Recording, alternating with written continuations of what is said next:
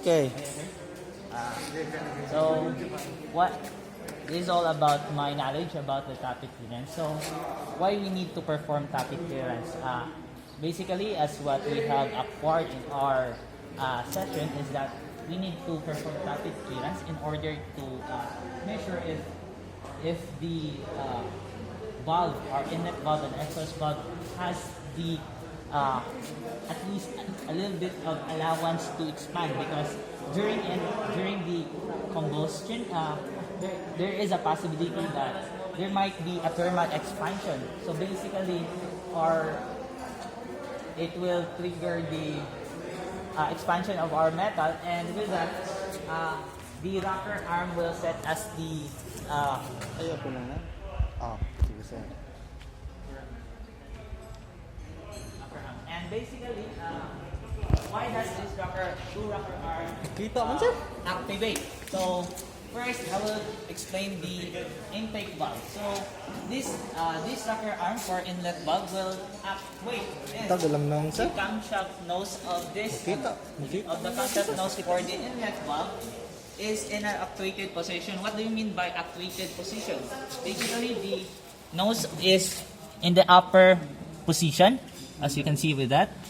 So, as this nose is connected to the piston rod, this rocker arm will basically push or set the tappet clearance of this certain intake valve. So let's proceed with the exhaust valve. So when this exhaust rocker arm will actuate or in this exhaust valve. So basically, at first this is unactuated. So it will actuate if if the camshaft nose will be in the top position, pushing the rocker arm into the exhaust valve. So by now, I will perform the measuring of the tappet clearance. Explain, sir. Okay, sir. I will explain the procedure of what will you do in order to perform the tappet clearance. So, first and foremost, we need to have a specific tools for this one. So, basically, what we've done is that we prepared flat screw driver as well as in combination range or open range. So, in order to adjust the tappet clearance of this inlet valve, we need to loosen a little bit of this of the bolt. So upon loosening the bolt for this rocker arm, we can put the feeler gauge in this certain position. We need to be reminded that the proper positioning of the tappet clearance is that the feeler gauge must smoothly pass through, not too smooth, not too hard to pass through with this certain clearance. All right. So we will put the feeler gauge in this certain position. We can tighten the bolts, and with that, after you tighten, you can try if the feeler gauge can pass through the clearance that you have allowed, basically because of the thermal expansion, right? So if you think it is not yet in a proper position, or the clearance is not yet that good, that might cause not that the clearance is not that good, you can adjust the bolts for this rocker arm. So adjust until you reach the certain point in which you can smoothly pass through this feeler gauge. Again, not that smooth, not that hard. Alright, and I think that's all. Thank you. So again, what are the factors to consider before doing the tappet clearance? Alright, first and foremost, we need to refer to the manual of this certain equipment.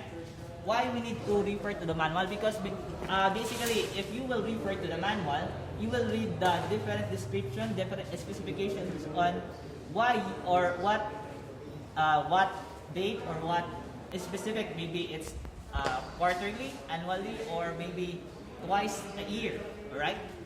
As well as that, if we can observe temperature difference, and maybe that's it. Any other question? Factors. Factors. Actuation. Position. Position ng piston. This is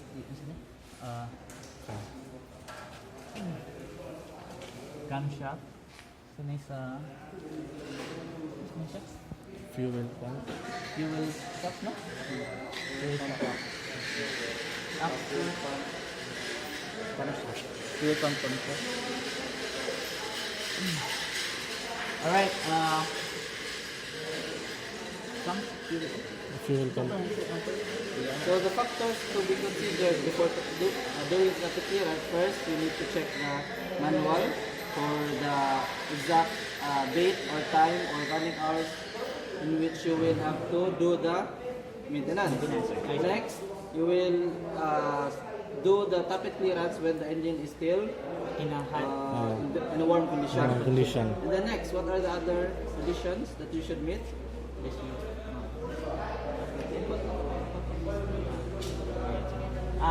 Other factors is that the piston must be at the top dead center position. As you can see, this is in the bottom dead center. So let's check if there is a piston that is in the top dead center. So basically, the cylinder number 2, top dead center. Almost. Wala yung top dead center. The top dead center. Turn sa flywheel. So if it is not yet in a top in a right position or in a top almost top dead center, you can adjust the flywheel of this certain engine so that the piston will move in. For example, if for this cylinder 1, if you will rotate this flywheel, you can through the rotation of the camshaft, basically it will move the piston into a almost top dead center position.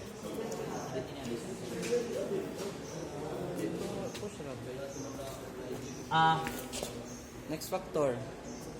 Next factor is that the push camshaft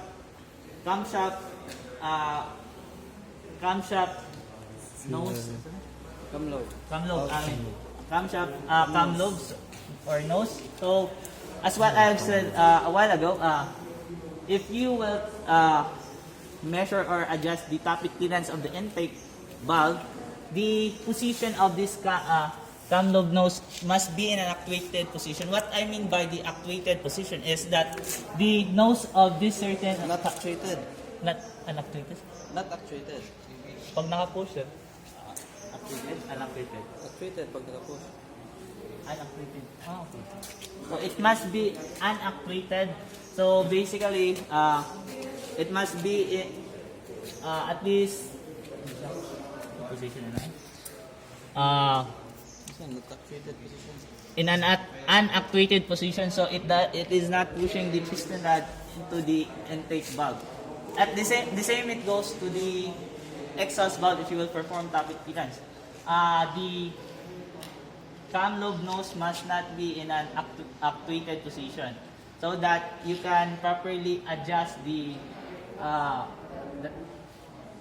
tightness of the rocker arm into the exhaust valve. Before I forgot, we need to the clearance of the exhaust valve must be at least higher compared to the inlet valve, because as we all know that during the compression it takes a lot of pressure. So what mean by pressure? It means higher pressure, high temperature. So during the exhaust in the exhaust valve, it will cause heating to the valve. So basically, there might be a chance that there will be a bigger thermal expansion on the exhaust valve compared to our inlet valve.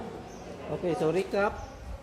So So before you do the tappet clearance, first is check the manual for the proper clearance that you will put in the intake valve and the exhaust valve.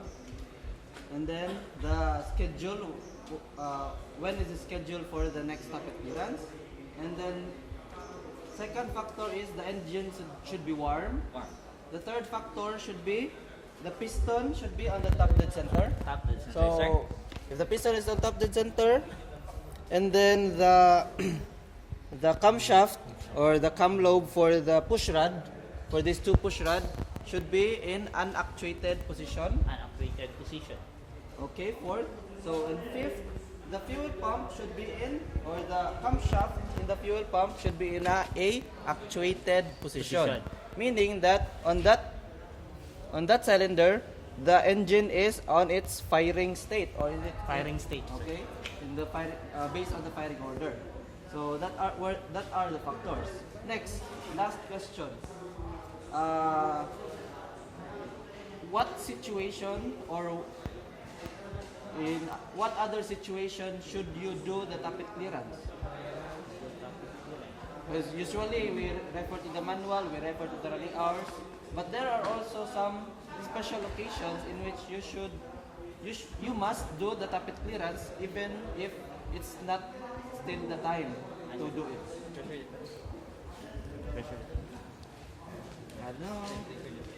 Alright, so aside from what our professors told us about what are the factors to be considered before performing tappet clearance. So aside from reading the manual for a specific date or a specific time when, or running hours when you are going to conduct the tappet clearance, we should also consider if there might be a temperature difference, and because if there is a temperature difference, basically we know that the compression or the heat inside the cylinder is very high. So basically it doesn't allow Hindi ko sir, saliyo kay a kita proper mga fans. combustion. So we need to correct that. So in order to correct that, the tappet, we need to perform the tappet clearance. Aside, I think even if the temperatures are different, it's not necessary to do the tappet clearance. So usually, if you have for example, if you want to change the intake valve, exhaust valve, or you have a Intake maintenance valve. in the Maintenance cylinder head. valve. So that's the case. After that, after assembling all the parts, you should always do the tappet clearance. So that are the some instances that you should do the tappet clearance, even kahit wala pa yung time niya. Okay? So guys, as I stand corrected by our professor, so I repeat, aside from maintenance, if you are going to dismantle the cylinder head as well as the rocker arm, the inlet valve, the exhaust valve, as what my professor said, we should perform tappet clearance after we assemble those different components of the cylinder head. So because there might be chances that the tappet clearance on that circuit is not in a proper thickness or proper that will allow thermal for the valve to hit the rocker arm. So proper tappet clearance procedure must be conducted. Right? Thank you. Okay, thank you very much. So, you have any other words to say? So, you have any questions? Or From that, sir, I guess it's all good, sir. Cut na sir?